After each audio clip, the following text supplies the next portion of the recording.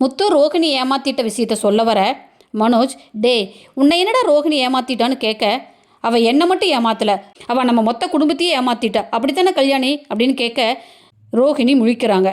முத்து ஏற்கனவே இவங்களுக்கு கல்யாணம் ஆயிடுச்சுப்பான்னு சொல்ல அண்ணாமலை, முத்து வாய்க்கு வந்தபடி பேசாதப்பா, இது ஒரு பொண்ணோட வாழ்க்கைன்னு சொல்கிறாங்க.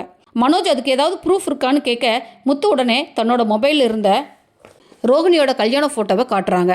ரோஹிணி ஒரு வினாடி யோசிச்சு, என்னை மன்னிச்சிருங்க, நான் ஒரு உண்மையை உங்கள்கிட்ட எல்லாம் மறைச்சிட்டேன். அந்த ஃபோட்டோவில் இருக்கிறது என்னோட அக்கா கல்யாணி, அவளோட குழந்தை தான் கிருஷ்ணன்னு சொல்கிறாங்க. முத்து உடனே இவங்க பொய் சொல்கிறாங்கப்பான்னு கத்த அப்பொழுது தான் தெரியுது முத்து ஒயின் ஷாப்பில் தண்ணி அடிச்சுட்டு கனவு காங்கிற விஷயம். மனோஜ் பிஏ ஜீவா ஒரு லண்டன் ஜோடி குழந்தை கிடச்சா தத்து எடுக்க முயற்சி செய்கிறாங்க. அதுக்கு விலையாக அவங்க 25 லட்சம் ரூபாய் தரதா சொல்கிறாங்க மனோஜுக்கிட்ட.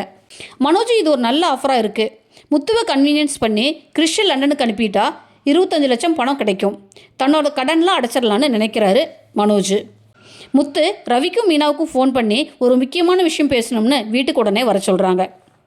ரவி ஸ்ருதியோட வீட்டுக்கு வர மீனாவும் வீட்டுக்கு வந்து சேர்றாங்க. மனோஜ் முத்துவை காம்ப்ரமைஸ் பண்ணுறதுக்கு வீட்டுக்கு வராரு. முத்து வீட்டுக்கு வந்து எல்லா கதவு ஜன்னலையும் க்ளோஸ் பண்ணுறாங்க.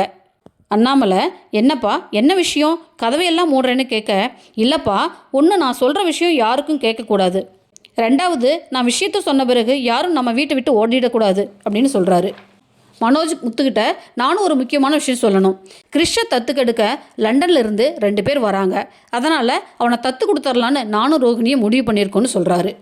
ஓகே ஃப்ரெண்ட்ஸ், என் சேனலை லைக் பண்ணுங்கள், ஷேர் பண்ணுங்கள், சப்ஸ்கிரைப் பண்ணுங்கள். தேங்க்யூ.